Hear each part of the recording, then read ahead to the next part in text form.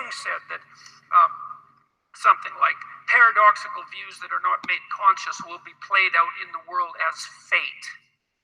And that's really worth thinking about too. So if you have your, let's call it your typical negative experience, this thing that seems to just keep happening to you, bad luck, let's call it, it's highly probable that there's a set of ideas that are occupying you, preoccupying you, possessing you, that are driving you in this direction continually, and that you can't or won't work out the contradiction, and as a consequence, maybe you think every woman is your mother, and you haven't noticed that you think that, and that and it is something that people think, because mothers are women, and it's not a bad initial template, but you gotta modify it to some degree. And if that's an unconscious idea that you have and you continue to play it out, you may run into your continual habitual negative experience with women, and you wonder what the hell is wrong with women, but it isn't the women that has the problem, it's you. And so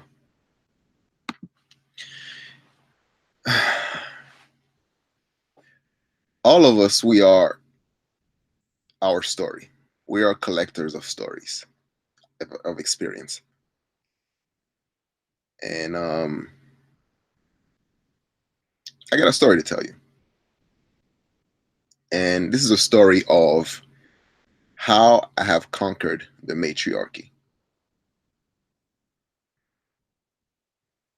I remember when I first came back to the States from Poland.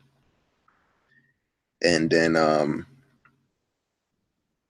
my mom was sick, and I wanted to now put myself in a position to which, if there's any emergency that comes across, anything from she needs to pay her hospital bill, or God forbid she passed away, I want to be in that financial plateau to which I can take care of that. So I was very happy in Europe. 7, almost 8 years. I didn't have a lot of money, but that was the best time of my life. Surrounded by people that love me. It was just awesome. But that had to come to an end. So came back, and now working on my financial independence. So I had dreads. Well, I had locks when I was in Europe. So when I was coming back, because I wasn't in the country for a while, I shaved off my head again. And which actually, when I saw my mom, she thought that I was gonna have my dread, and when she saw that it didn't happen, so she was happy, But anyway, so long story short, I'm in the state, working, and I never really care. Like, I always have a nappy hair. I don't care about that. And I'm never really the pretty boy type, having to have a shape up or a fade or whatever you want to call it, right? So I started growing my hair again, just out of pure laziness, and constantly working, see my mom here and there. But we had a initial blowout, right? And growing up in a single parent home, and over time, your mom kind of developed this dictatorial type of mindset. Whatever I say goes, because she has to be both the mother and the father. Granted, my dad was freaking awesome as well, because dealing in a country to which it's chaotic. Haiti's a very poor country, and my dad having to take care of 3 households because he had 3 baby mamas. He sacrificed his future, his happiness in the States, working 2 jobs for over 20 years to make sure that we didn't go hungry. And for that, I'll always love him for that. Despite the fact that I never truly got to know him, but he could have easily forget about us like we didn't exist. And I think this is part of the reason why I kind of look at these guys that just want to go overseas just to, you know, have these sexual encounters. And granted, however the woman is, whether she's just, the bottom of the barrel, but once a kid come into play, they're not gonna care enough to actually make sure that this kid is taken care of.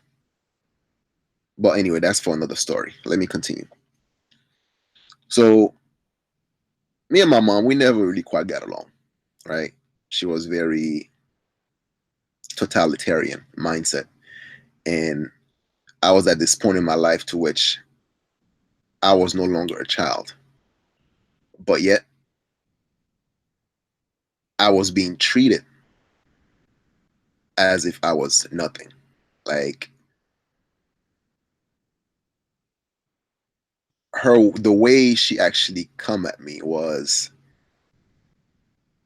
as if she should have control over me, over my decision, over what I do. And there was no getting around that. I mean, not that I actually do it, because obviously, I have my teenage rebellious age. That's when I was, a fuck boy.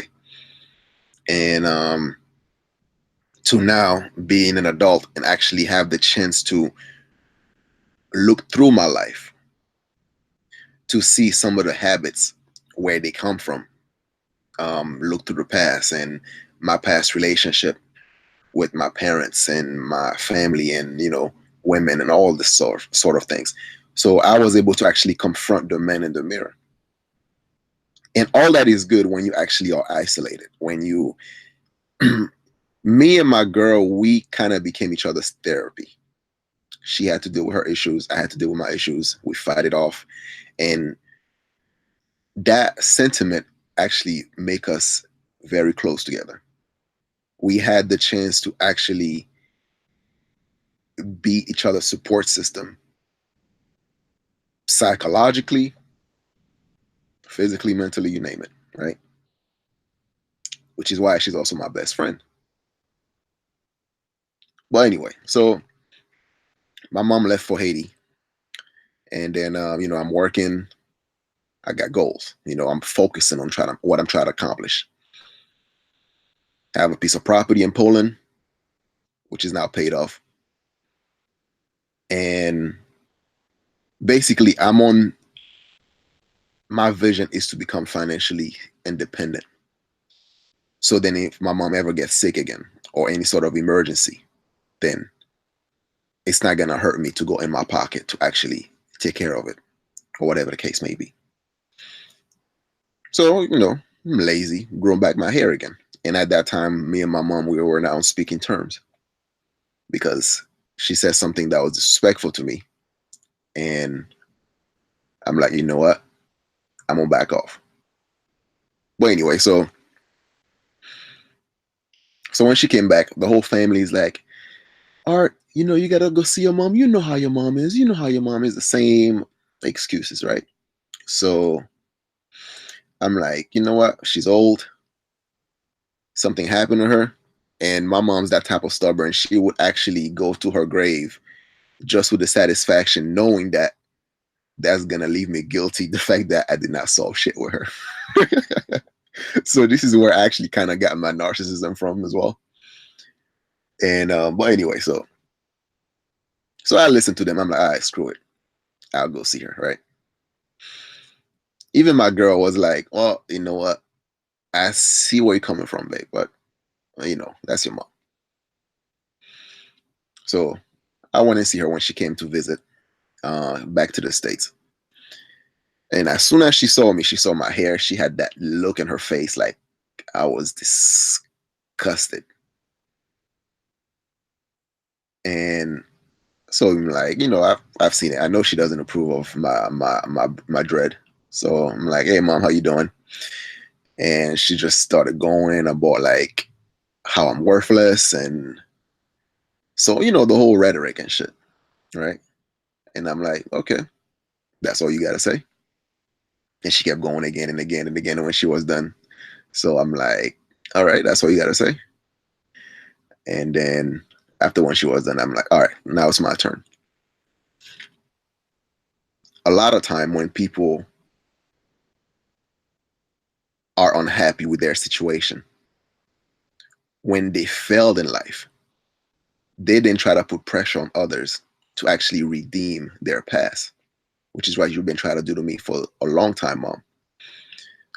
You failed in your life. You failed when it comes to love, when it comes to a lot of things, and you don't know how to handle it. So your way of actually making yourself feel better is by tearing somebody else down. And I get that, but I'm not your punching bag. And it was like unexpected for her because for the first time, like I really dug deep. I hit a nerve that was psychologically imbalanced that took her off in a state where, how dare you talk to me like that? So she got up, went to the kitchen, actually grabbed a knife. So I said, what you gonna do, Mom? You're gonna stab me now? And she was like, get the fuck out. I'm like, well, what? Now you don't want to hear what I have to say? And then she started coming at me with the knife. I'm like, well, look, if you want to stab me, go ahead. And which was stupid because she's crazy enough to do that shit. You don't fuck with Haitian moms. But at that time, I was too pissed off. I would actually literally let her stab me just to actually make her feel guilty for the rest of her remaining life. Yes, I'm that much of a narcissist too. So then my cousin was somewhere around and she was like, what the fuck? So she got in the middle. She was like, all right, Mark, just go over there, and then, so, and as I'm walking away, my mom called me a motherfucker. My mother called me a motherfucker. So I turn around, I'm like, what did you say? And then she was like, you heard me. I'm like, no, no, no, no, no, no, no, no. Go ahead. You could say it again. You know that you're actually cussing at yourself, right? So now my narcissism took over. My ego took over. So I started trolling her. I'm like, every time you say something bad to me, it's a reflection of yourself, right? And that psychological game, she couldn't handle it. So she just lunged at me, right? She tried to, you know how women fight sometimes, right? They just like coming at you, do the bicycle with their hands, try to hit you, anything that they good, right? So, and the more she tried to hit me, the more I started laughing, which made matters worse. So when she couldn't really reach me, so she then grabbed a chair and try to like kind of like she's fencing a lion, like and I'm like, Mom, what are you doing? What are you doing? Right? And I'm like calm, but deep down, I really wanted to like do some damage to her, not like physically, because come on, that's no contest. She's my mom, none of that. But as far as to really break her down psychologically, my narcissism wanted to take over to make her feel all the psychological pain she once made me feel. But I was shackled by my culture. I was shackled by the thing that you have to respect your mother. You cannot go down to the same level as she would to you. I wanted to call her all type of name. Motherfucker, blah, blah, blah, all this shit. I wanted to do that, all that. But culturally, that would be wrong. You always have to have respect for your mother. But as a man, you also have to demand respect. So when she could have hit me with the chair, she could have fenced me with the chair. So she dropped the chair and then she just like lunged at me. And then as I just like try to hold her back, so she just grabbed my arm. She's like, she just bit it. And then like she just sank her teeth in there. She just held it and held it. I'm like, Mom, what are you doing? what are you doing? So my arm started bleeding a little bit, but she just kept at it. So I'm just like carefully try to just grab her by the shoulders and just like, you know, direct her to the couch and have her sit down there. And she just like her, her jaw still clenched in my forearm. I'm like, well, you're gonna have to let go sooner or later, mom. Painful as fuck, but I would not give her the satisfaction that it hurt me. And then one of the things that she said was like, I wish you were never born. You are dead to me, and all that stuff. Right? It wasn't the first time she said that to me. But that's when I've made a conscious decision. That would be the last time. You know? And then I'm like, all right. You said I'm dead to you, right? No problem. So I left. And then that was it. So I called my other best friend. Right. I didn't call my wife at the time. I was like so fucking furious. Right. And then, time differences, she'll probably be in, asleep. So I just called my other best friend, Alex. And I'm like very frustrated, angry as hell. I'm driving and I'm like almost screaming at the phone. And then at first he started laughing. He was like, she bit you? Welcome to the club, man. My mom did that shit to me too several times. And it's a Haitian parent thing. I wanted to laugh, but I was like too pissed off because it's like I left my sanctuary. I left the place that made me that is my home just so I can be in a financial position to which like anything that happened to you, mom, I can take care of that. And for you now to tell me that you wish I was dead to you, that was like that hurt me so bad. Like very bad, right? And I was telling my boy that. And he was like, yo, dude, just come through, man. So I drove to his house, right? And then so I'm venting and all that stuff. I actually cried, you know? So him and his wife, they fixed me a plate. So we're just chatting. And then so he told me his own story about how he had to go through the same thing. And it's part of manhood. To which when your mother, especially single moms, when they now have to lose the power that they have over their son, no one likes to give back their power easily. And they will do whatever they can to maintain that power. But you want to know something? No one have power over you. The only power they have over you is the power you give them. That is something I had to learn. So I made a conscious decision. Until she apologizes to me, I will not talk to her. So Thanksgiving came, went to the whole went to, family Thanksgiving and all that stuff. And she was there.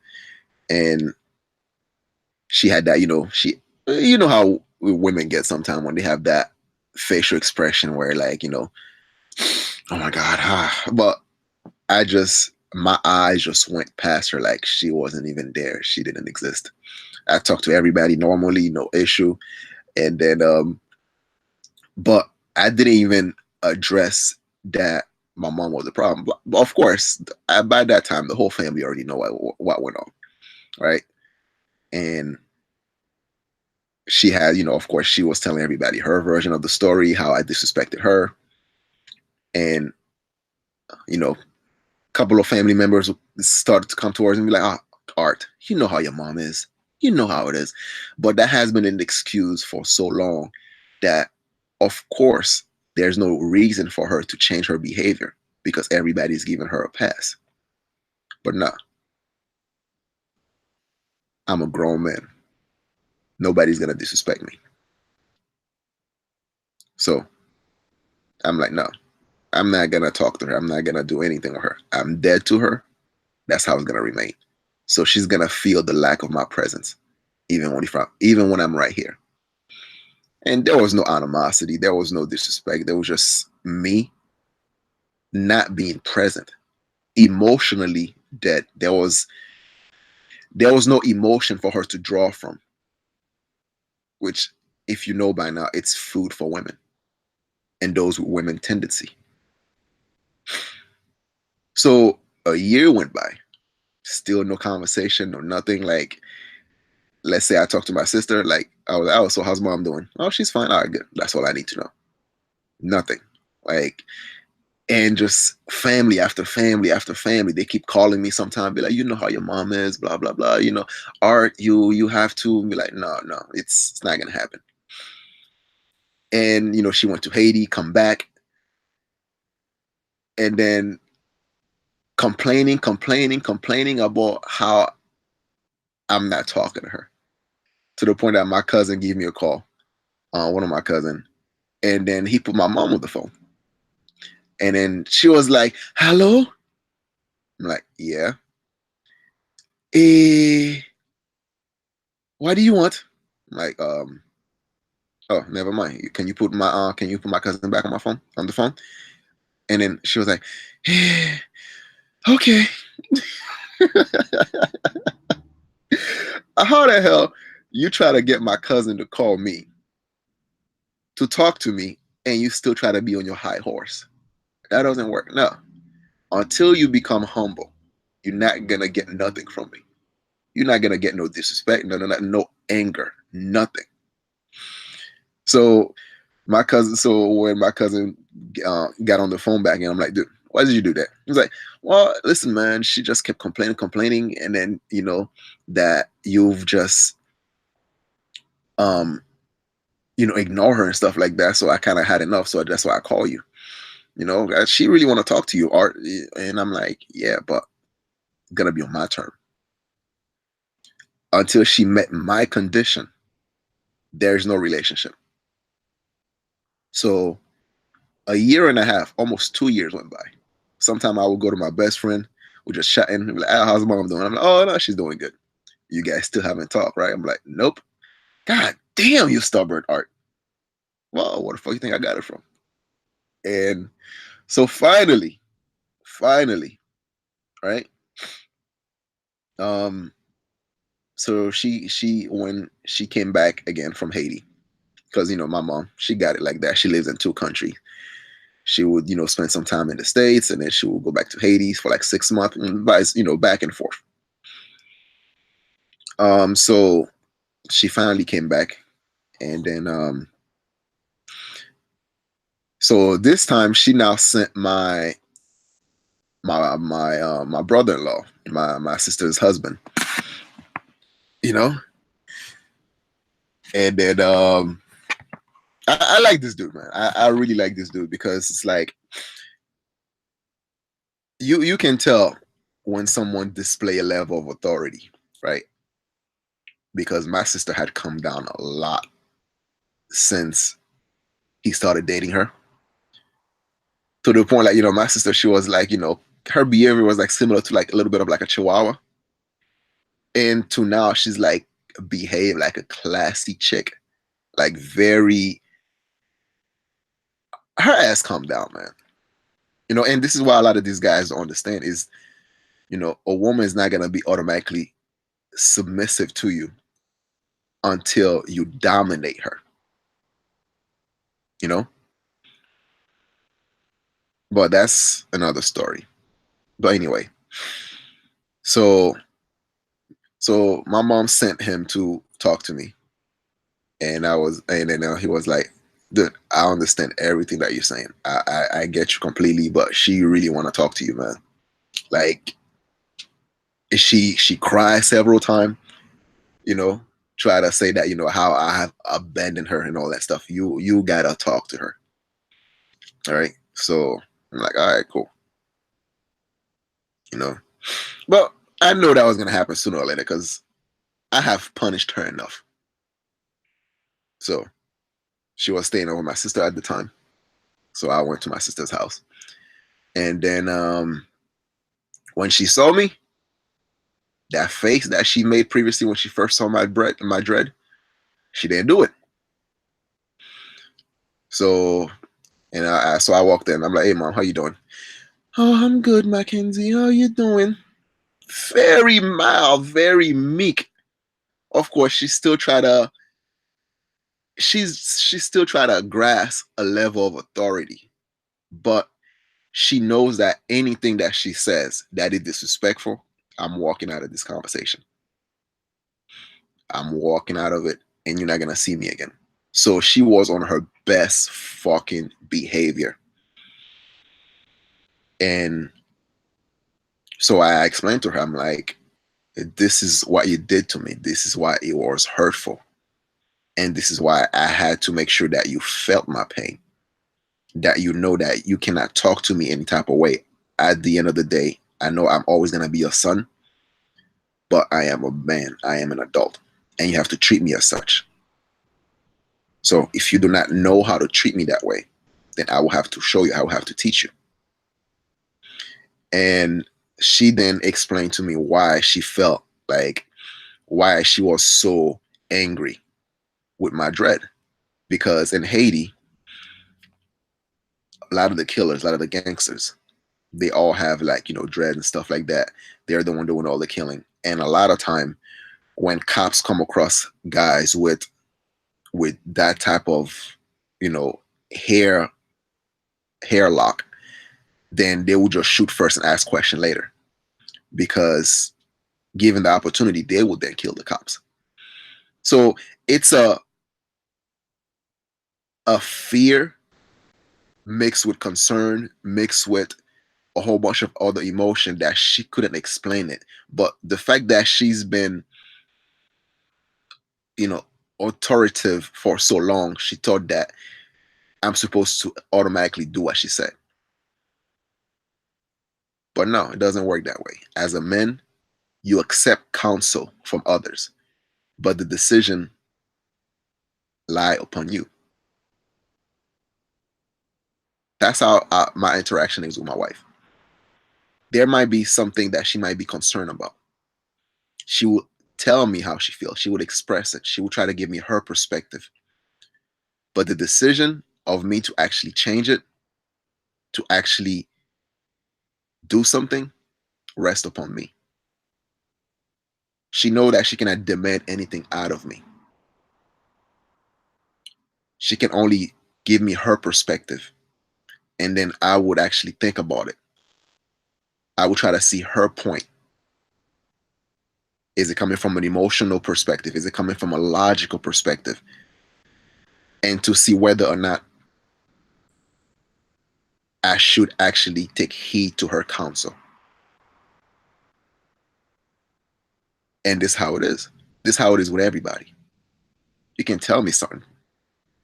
You can give me advice and all that stuff. But my life is my life.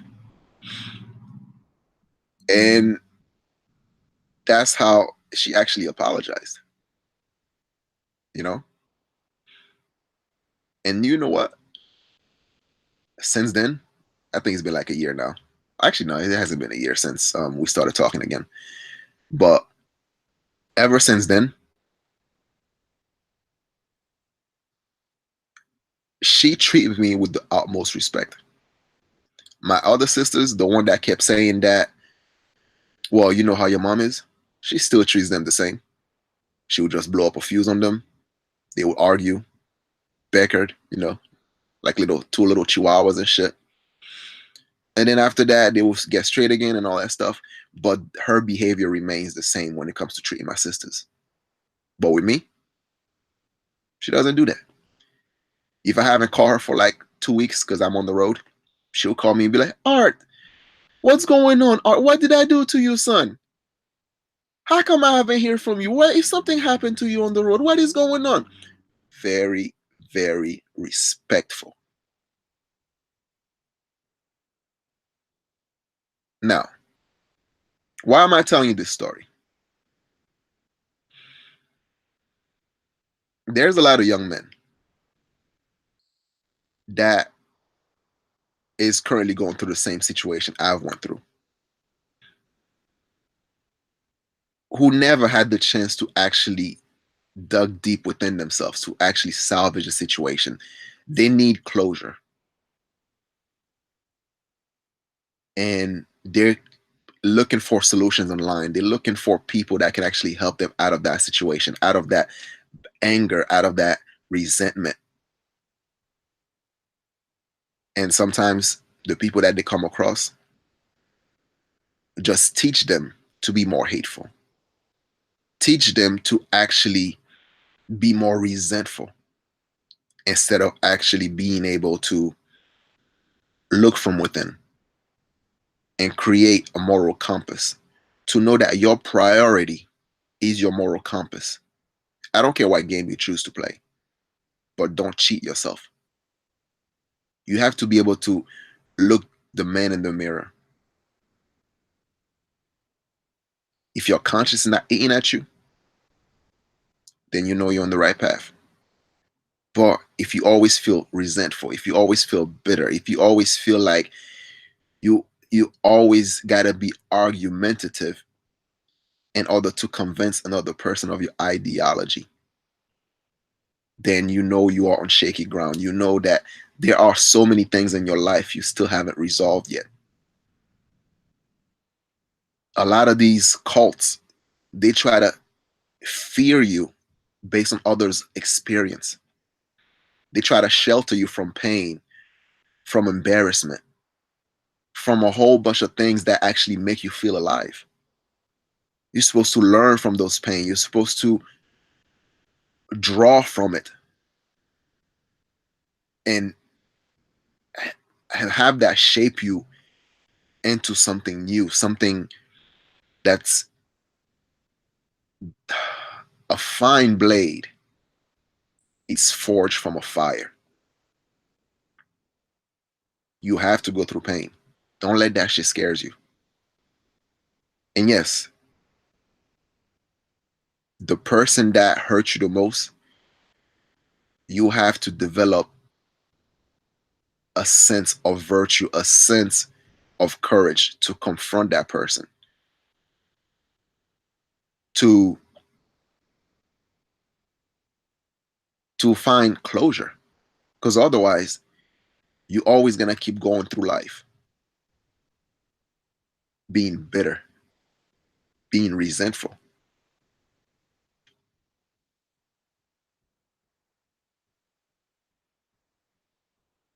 How I conquered the matriarchy, I first conquered myself. I set out some rules to which I follow, and then place people around me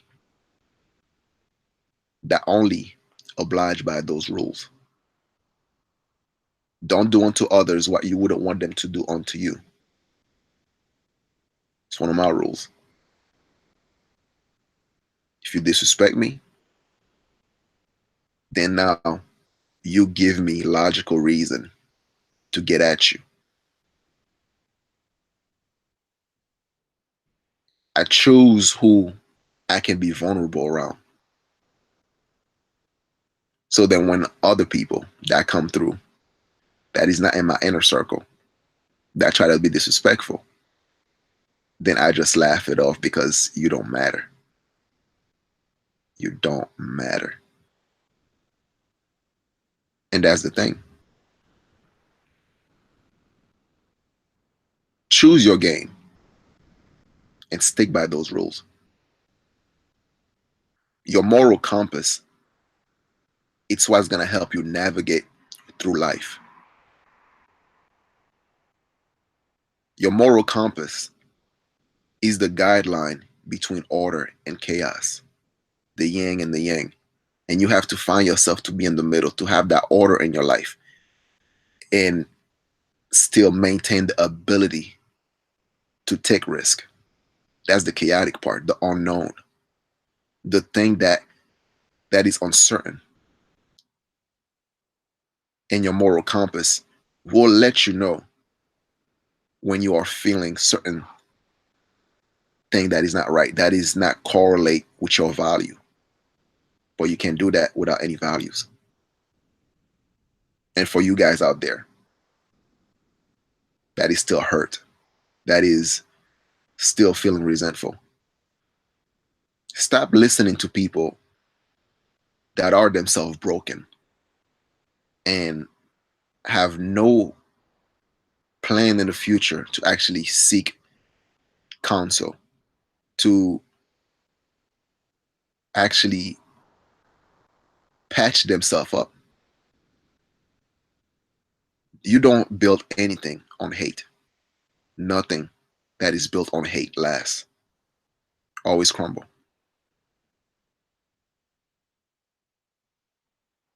How I conquered the matriarchy? I conquered myself. Just know that the only certainty in life is its uncertainty. This is Art Banaka. Share, like, comment, subscribe. And if you're one of these guys that has those type of feelings, that feels lost, don't join a cult. If you want to talk to me, just you can email me, artbanaka@gmail.com. All right? I'm reaching out to you. Peace.